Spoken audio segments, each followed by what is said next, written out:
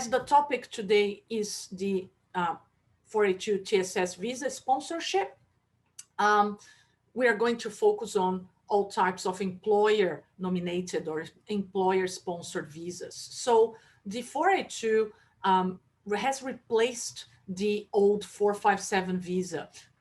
The government announced the end of the 457 visa back in 2017 and gradually phased that visa out, and that visa came into effect in March 2018. So in the end, the changes were not that many. There were some changes in requirement, but the biggest change is the inability of some people who hold a 482 visa to apply for a permanent visa at the end of their stint working for an Australian employer. So before 2017, anyone who held a 457 visa could apply for a permanent employer visa after a period of time working for the same employer, regardless of which occupation that visa holder had nominated when applying for the 457 visa. There was no distinction between occupations in demand or not in demand within the employer-sponsored program. One of the biggest, and in my opinion, the most important change with the migrating from the 457 to the 482 system was that the government broke the occupation list in two and created a short-term skills occupation list and the medium and long-term skills occupation list. And only visa holders who have nominated an occupation in the MLT SSL, the medium and long-term skills occupation list, or the high demand list, only those visa holders, if that occupation is still in this list at the time they meet the requirements, only those people could apply for a permanent employer nomination visa. Other types of employer-sponsored visas are the training visa, 407, the skilled regional sponsor, 494, and the temporary activity work, 400. So the 400 visa can only be applied for if the visa applicant's outside of Australia. So at the moment, that creates several problems because, as you know, the borders are closed.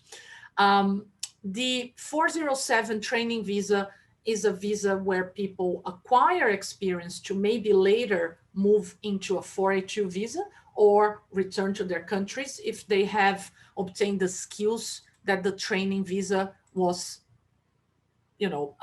aiming at providing to these people. And the 494 is a very good option that came into effect in November 2019. So it has many similarities with the 482 TSS sponsorship visa. However, regardless of the person's occupation, after working for 3 years, that visa holder can have access to a skilled permanent visa. Now, as the name says, it is a regional visa. Therefore, only applicants who have a job offer in a regional area may be able to apply. So what is a regional area in Australia right now? According to the legislation, it's pretty much the whole country, except Sydney, except Brisbane, except Melbourne. So if you have a job offer in one of these three cities, you do not have access to the 494 visa, you will have to apply for a 482 TSS sponsorship visa. Now, if you have a job offer, let's say on the Gold Coast in Queensland, in Newcastle in New South Wales, in Western Australia, in South Australia, in Canberra, all those areas are regional areas for the purposes of these visas. So if you meet the requirements for the 494 visa, depending on your occupation, it may be a better pathway towards PR. Now, the requirements are a bit more strict for visa applicants, so not everyone, even when they have a job offer in a regional area, not everyone may be able to apply for this visa. But it's always good to compare, in your case, what would be better if you have a job offer in a regional area?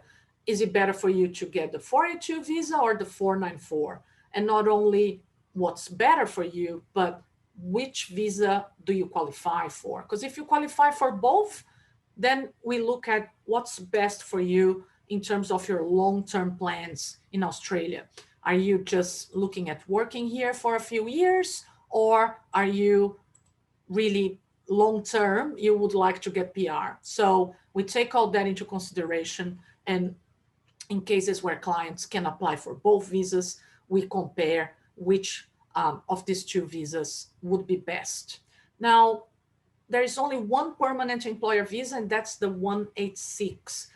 People who get the 494 regional sponsored visa, they can apply for PR 3 years down the road, but that's not an employer permanent visa. It's an independent regional visa, which again is another advantage if you are in a regional area, because you don't have to involve your employer when you get PR.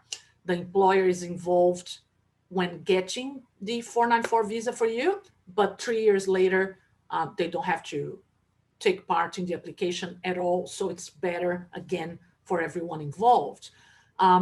However, if you are in Sydney, in Brisbane, or in Melbourne, then the 494 visa is not an option. You have to look at the 482 and later on the 186. Now, the 186 also has a direct entry stream, and that's for people who can apply without having to be sponsored.